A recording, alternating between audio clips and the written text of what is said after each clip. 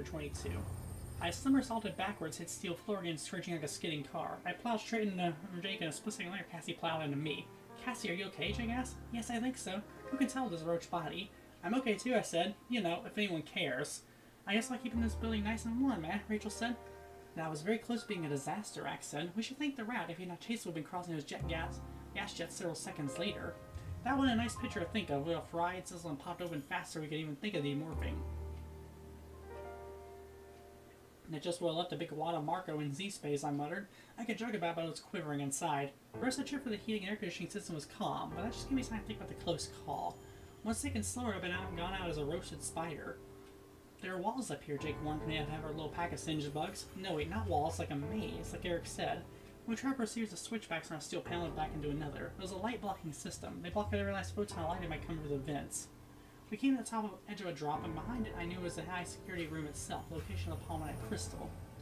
We were 6 feet up, we had to drop and stay within 2 feet of the wall. Any movement further toward the center of the room, we would set off pressure sensors in the floor. By this time we were used to falling. Next, someone tried jumping out of a plane without a parachute, so stepped in the black void. It was eerie, its spirits falling into total darkness. You had no idea where the floor is, almost like you're not falling at all. Until you hit the bottom, of course. Stay close to the wall, Jake reminded everyone. Hug the wall and demorph. I was leaving to be human again. My human eyes no better than spiral ones of penetrating darkness. It was darker than any night, darker than hiding in a closet at midnight. It was the darkness of being buried alive. There could be 6 Harpagers staying for ages away, you wouldn't know it, I said, and the whisper seemed deadened by the darkness itself. Well, that's a nice thought, Rachel said dryly. Even a single photon of light would set off light sensors, Axe said. This is complete darkness. And according to Eric, we stepped 2 feet away and all run into a maze of ultra-sensitive wires. Any contact and alarm goes off, we travel 40 feet without touching the wire, without touching the floor, ceiling, or wall, Jake reminded us. Let's morph, we'll be able to see, then Cass said. Well, not see, but you know what I mean. Which means go to echolocate, kind of like a dolphin. You'll be able to make high ultra-fast sounds that a human ear wouldn't be able to hear. These sounds that vibrate on each solid object seem like a sound picture. At least, that's what we hoped. We'd been playing to practice and find out if that was true. Instead, we were morphing on any knowledge of what we were getting into. Someday we'll all find this funny, I said. You know, if we live long enough. I focused my mind on the bat morphs we all acquired. It wasn't just the creepiest people think. Certainly not as creepy as morphing a spider. This particular bat was very small, just a few inches long. Look at a mouse with huge ears and a face of a Pekingese dog. You got the wings as just another basic mammal. But there was one case where the weirdness wasn't something you saw, because I couldn't see anything. Nothing. I could see myself shrinking, the ground rushing. I couldn't see the way my legs shrank almost nothing and brown fur spread on my body. I couldn't see the way my fingers grew so long and paper thin leather web filled the spaces between them. I saw nothing. I didn't know if I was a bat, so my bat brain sent order for me to open my mouth and chirp out a pulse of sound. I fired a string of super fast sound pulses, like if a loud machine gun sounded a lot higher and way faster, and then, whoa! The entire pitch black room just lit up. It wasn't like seeing, it was like feeling, except like you were feeling from a distance. I felt a vast room. I felt thousands of wires hung taut up and down, left and right at angles. And to the room beyond the maze of wires, I felt a raised flat surface, a sort of pedestal. There were curling wires coming from the top of the pedestal. It came in a flash and then it was gone. The airs each fire up their own blast, but I couldn't feel their sounds as clearly. Okay, that is cool, Rachel said. That is way cool. The wires seem awfully close together, Cassie said, worried. I wish we had time to try us out these wings. I guess all I can do is hope for the best. Trust the bat to do the flying.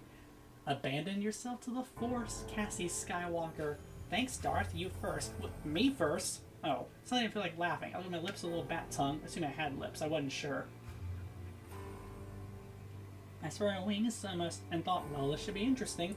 I tested wings cautiously, moved differently in bird once I was reaching out each stroke to grab the air and push it behind me. Hey, here goes. I fired a burst and took off. Fired again. There are tight strings all around me. Left. Left again. Down. No. Up. Right. Left. Right. Right. Straight up. Again and again, the high-pitched sound machine gun fired again, and I dodged millimeters from the wire. It was insane, so fast my human brain was 3 steps behind. It was instant. It was impossible.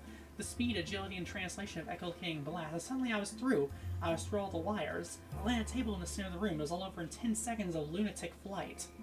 Now that was a roller coaster ride. Yes, I said incredibly jazzed by me. Yes! The others came one by one. Could watch them fly, see them echolocating flashes. Everyone made it. You're feeling pretty good too. It was a rush. We did, I said. These bats can fly, Rachel added. Is that the crystal, Cassie asked? Axefire burst said, yes, that must be it.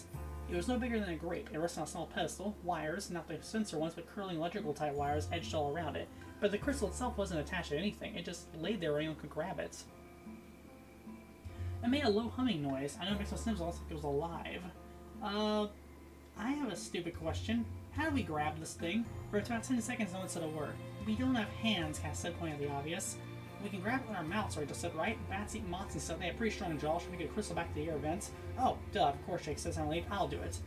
I believe that may not work, Axe said. Jake has said, Jake, if you have a crystal in your mouth, how do you fire that echolocation? At that point, we're suddenly not feeling so good. I believe our plan now is somewhat of a flaw, Axe said quietly. Chapter 23. See, we should never get cocky, Cassie said. It's tempting the irony gods. Irony gods, Axe asked. Yeah, the bitter spirits who wait till you get cocky and then hammer you. Those are real? No, of course not. How do we get out of this crystal? We power our way out, Rachel said. Axe said, Eric assumes there are many guards in this building. We didn't see our way for the shafts, Jake remarked, but Eric's been pretty accurate so far. I feel like if he says there are guards here, there are guards here. No choice, Rachel said. We more fun we have this big, mean, nasty, and slam way out of the place. Speaking of irony guards, I muttered. What do you mean, Rachel asked. I mean, we came here to get this haunted crystal to be free to be violent. Now, Spider Claire playing all our subtleness and sneakery, we're stuck in the end going for total Schwarzenegger. Rachel's right, Jake sighed. He sighed. We're looking at a fighting retreat. Cassie said, I think it's a door over there. Try echolocating. You see a raised rectangular outline. I think it's a door.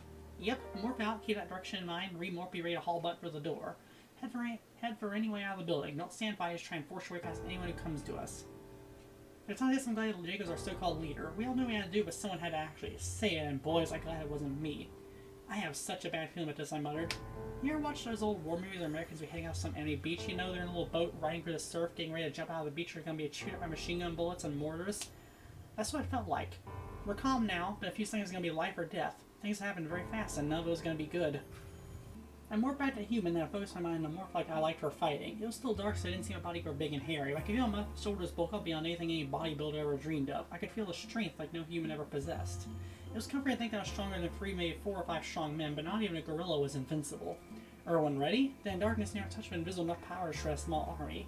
Jake was in his tiger morph, Cassie got on wolf, Rachel's one of the few animals mightier than gorilla, she was a full-grown, maxi powerful grizzly bear. And Axe? Well, Axe was Axe. When he trusts me, he can't handle my battle, you know that tail is all he needs.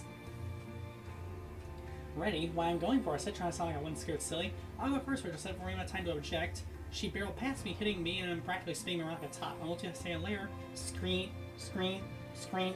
The alarm was deafening. There was barreled after her. Hester just moved up the dark with a paladin crystal. Aside from Axe, that was the only one with hands. Now and after them, I plunged wildly for total darkness with a tiny crystal in my fist. Rachel tore through the alarm bars and I feel where she'd gone. She slammed an axe and then bounced and Jake and suddenly wham, hit a wall. Screech, crunch, a loud, screeching, tearing noise, something light. I could see. It was like able to see something at least. Dim light came through the door, was left to director. Rachel gave it 1,000 pounds of mad ready to fight grizzly.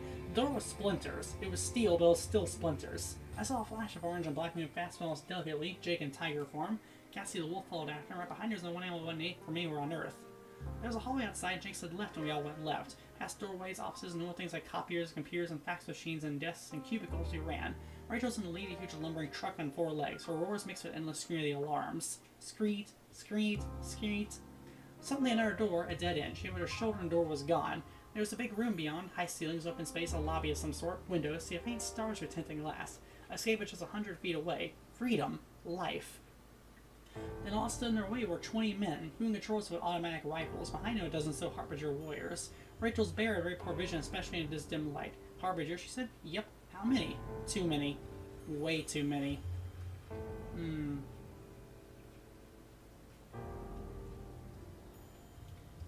Chapter 24. Screet, screet, screet. The alarm was howling in far worse sound. Click! The human controls had cocked their rivals chambering around. If they fired, we'd blow apart like a twitch. The human controller sat down in front. She was a nice-looking middle-aged woman wearing normal street clothes. She had bleached blonde hair. She could have been someone's grandmother. So, the Andalite bandits. Her face was twitching with tension. Tried to sound calm. You've done me a big favor. When I turn you invisible free, it'll be 2 grades, maybe free. Or maybe he'll decide to destroy you for letting us get this far, Axe said coolly. Surrender. You can't escape. I'd rather take you alive, but the Deviser would be happy to have your corpses. We stared at the muzzles of 20 automatic rivals that were leveled at us. I held my hand between her thick grey fingers held the crystal. Her hair turned as pale as her hair. Give me that. I shook my head. Lower the gun, she snapped. What? We have them cold, some guy yelled behind her. Her jaw twitched, she's in control. What do you think a bullet would do to that crystal? But the odds a bullet will hit the crystal, it's not gonna happen. She smiled grimly. It's worth more than the mothership and everything on it. Then she started yelling, you want to shoot? Go ahead, fool. If you hit the crystal, you can explain it to Visitor 3. She got a grip on some of the guys spoken out and decided he wasn't interested in explaining anything to Visitor 3. All human controllers back, weapons on safety. The rifles faltered and lowered to the ground, but I knew if I breathed a sigh of relief because I knew it was coming next. She looked right at me and smiled. Harbinger, forward. The alien had given us her powers to us. Harbinger once been a gentle, decent race, all been enslaved by Yerks. All Harbinger controllers now, but it's hard to believe that they opened the sweethearts of the galaxy. They were death on two legs, 7 feet tall, 8 if you count the 4 rig blades that protrude from the top of their snake heads. They had blades on their elbows, on their wrists, on their knees. They had huge clawed feet and like tyrannosaurs and a short, thick tail that ended in cruel-looking spikes. They were walking razor blades, all sharp edges and lightning speed. I fought them before, and I can count. 2 dozen is at least a dozen more than we had any hope of defeating. They're behind Harbinger, behind a retreating human controllers outside a building standing horror-stricken for the glasses Eric. Eric would do nothing to help us. He was help us do anything but witness our slaughter. I felt like throwing up. The fear was all over me. The fear was surging through me, washing over me, drowning me from the inside out. We are going to lose. We are going to die. In life, any kind of life almost is so much better than being dead.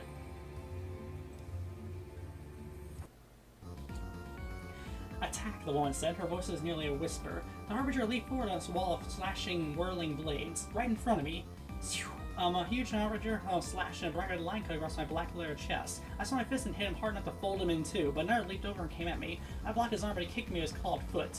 I fell back and slowed down and saw a hole in my stomach. A hole. I could see the gorilla's insides. My insides. I screamed and bossed because the gorilla bellowed in agony. The Harbinger leaped on top of me and I swung in, knocking his knees out from under him. He toppled down by the land beside me. My left hand went for his throat and I squeezed all the strength I had. He slashed again up in a gash in my arm, but I had my grip tight. I screamed as Harbinger twitched and scrambled wildly and jerked uncontrollably. The battle raged around me. Screams, cries, bells of rage, and garbled roars of Harbinger, even the guttural roar of a human controllers who watched and cheered Harbinger on. I saw Jake leap through the air and close his jaws around Harbinger's face. I saw Rachel swing her paw and open up a Harbinger like someone cleaning a fish. I saw Cassie dodging swiftly, biting, backing away, lunging to bite again, red foam flying from her muzzle, and Axe striking again and again with deadly speed and perfect accuracy. But we were losing. It'd be over in a few seconds. We were losing. Oh god, someone screamed. Maybe it was me, but I don't know. Help! Help! Get him off me! Look out! No! No! It's all one combined thought, speech, scream, and still the alarm hounded screeds. I kept on my grip weakened and throw the Harbinger, but it didn't matter anymore. It was safe to let him go. My vision was red and fading. I felt sharp stabs and Harbinger sunk a blade into my heart. None of it mattered though, it was all coming to an end. All coming to an end. With a red mist saw a face on the other side of the glass. Eric. Somehow the ballad ended up not far from the wall of windows. Eric was just a few feet away, just on the other side of the glass. I felt something hard in my palm. The crystal. I crawled, a vicious Harbinger kick, and I was since falling right for the glass. Oh, no, I said. I could see the damage the kick had done. I was dead. I could feel my brain shutting down. Human controllers were closing in around me, hammering with the butts of their rifles. With the last ounce of strength, I ran my fist through the glass. I felt strong fingers pry over my hand, but the fingers lifted out the crystal, and then, much later, someone slapped my face. Morph back, Marco. Morph back. Do it! After 25, I look up on the ground, not the floor, on the ground, dirt and leaves. I sat very fast and looked at my body. Human, I said. I want to cry in sheer relief to be myself again. Myself, I'm alive. I looked around Jake, Cassie, Rachel, Axe, all there, all human, except for Axe, of course. Tobias perched in a tree above us. Someone else there too, I heard a voice sobbing. You okay, Marco? Jake asked. Yeah, oh man, I was so close to being dead. You were, Jake said. He gave you an electric shock to start your heart again. Who did? He jerked his head towards the scene of the crying. It was Eric standing there with his head down. Where are we? I asked. Well, a bunch of trees just down from Matcom, or what's left of it. How did we get here? How did we get out of that place? We were toast. Cassie came over and sat beside me. You saved by getting Eric the crystal. He used it. He wrote his programming. He's the one who... She looked away. He took care of the Harbinger, Rachel said. I saw some of it. I was still conscious. I was confused. How did he take care of them? He destroyed them all, Axe said. I almost laughed. He took out 2 dozen Harbinger. No one laughed at me. Erica stopped sobbing. I thought, why would a robot cry? All of the Harbinger, Axe said. All the human controllers. All of them. I stood up. I could see the Matcom building was on a few hundred yards away. There was a big hole in the front glass. I had a bad feeling it was on the other side of that glass. All I could say was, all of them? It lasted about 10 seconds, Rachel said. She closed her eyes trying to remember what she'd seen, but I guess the images weren't easily shut out. She opened her eyes again, and to her amazement I saw tears. That's what brought the horror home to me, Rachel's tears. It was extremely brutal, Axe said. Very brutal and very swift. He carried us here. He revived you. He even reattached my arm. I saw a scar on his left arm. He hasn't said anything since then, said Sally. He won't talk to any of us. He saved us, though, right? Yeah. She smiled with a deeply sad smile. He saved our lives and lost his own soul. I went to Eric. I wanted to thank him and tell him what he done was right. He beat the bad guys, saved the good guys. He stood up as I came over. You okay, man? He looked at me with holographic human eyes. Maybe I had to choose to make them cry. Maybe I had to choose to give them that empty, hollow look. I don't know what the connection is between the android and the projected human body, but his expression answered my question. No. Eric was not okay. You saved our lives, Eric, I said. How do you live with the memory, he asked me. I knew what he meant. See, win or lose, right or wrong, the memory of violence sits in your head. It sits there like a lump you can't swallow. It sits there a black hole that darkens hope and eats away at everyday happiness like a cancer. It's a shadow you take into your heart and try to live with. I shrugged. I guess I tried to think about it. I try and forget, and after a while the nightmares don't happen as much. He put a finger to his head. Android, he made a bitter, ruined smile. I can't forget, see? I can't ever forget anything. I looked at him. Our amount human mind and memories that night's horror were fading. The flash of blades and the pain, the sickening feeling of a fist clutching and closing around a heart-beater's throat, they're all being covered over by scar tissue. What if I could never forget? What if those memories are fresh forever? I realized then why they were forbidden them to kill. Did she live forever? Forever was a long time ago what Eric had done. I'm sorry. He nodded. Yeah. He closed his clenched fist palm down, knew what he's doing. I didn't want it, but I held my hand and took the crystal from him.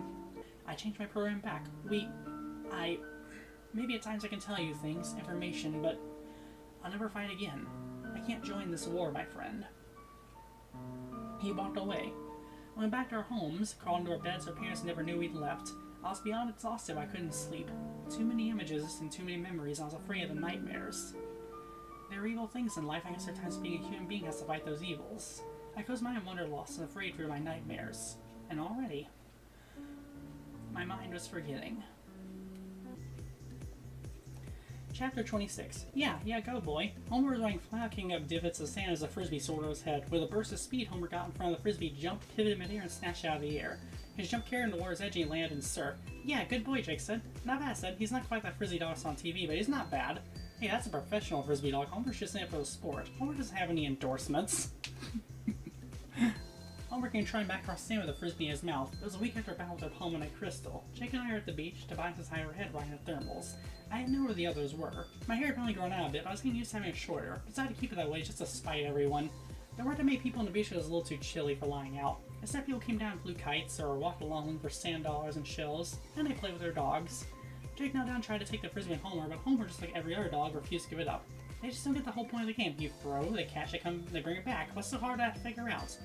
He scratched behind his ear and Homer dropped it. Oh, they know how to play the game alright, and she said with a laugh. For them, the game is I throw, they catch it, bring it back, they get a good head scratch, then they give up the frisbee. But just then, Homer lost all interest in the frisbee. Two dogs were trying by, tails in the air. He jogged over to greet them. They simply sure by waving and rushing took off, feeling like giddy, happy, all-excited dog goofs they were. And he smiled to watch them. That's been a nice place, I said. Jake knew what I was talking about. Yeah, plenty of people who were sweet and decent as dogs. That would have been okay. I ran over to 7-Eleven yesterday, thinking looking for a place to accidentally run into me. Anyway, he gave me a phone number, said it's absolutely safe. He says that you can tap or trace if they tried. Yeah, so? He shrugged, so he says if we ever need him, we can leave a message, and if he has something to tell us, he'll record a message for us. Huh, he said. Anything will come of it? I don't know, but I think the children will go and find Yerk, so just be doing it their own way. I reached out my pocket and drew out a small diamond-like crystal. Still have this, by the way. I don't know what to do with it. Eric didn't even want to talk about it. This most powerful computer created. Could rewrite their programming. Take a very computer on Earth. The Palma-like crystal. We almost died getting it. What am I supposed to do with it? Jake and I stood there looking down more power at him. More power than any human ever held in his hand. Suddenly I realized we weren't alone. Homer and the 2 dogs were staring right at us, watching us. I know that sounds crazy, I swear to some flicker of intelligence in those laughing dog eyes. The 3 looked back and we looked back at them. I held out my hand and palmed to show them the crystal. Homer scarfed out of my hands as if it were a dog biscuit, but he didn't swallow, just held it in his teeth where it glared like a diamond. They turned and ran down the beach. They ran a serpent splash down the water, paddling for a dozen feet or so. Then they all came ashore at a glorious time, shaking themselves violently and spraying water all over 2 old ladies hunting shells. Maybe someday the crystal will wash up on the beach somewhere. Maybe by the time someone does, it'll be as wise as the race to create it. Homer, Jake yelled again. He threw the frisbee. And all 3 of the dogs, happy, silly, loving fools they were, went racing after it. And that's the end of Animorphs number 10. Whew. Took about as long as I figured, too. 2 hours and a half. I am very tired of that, though, but I hope you guys had a good time.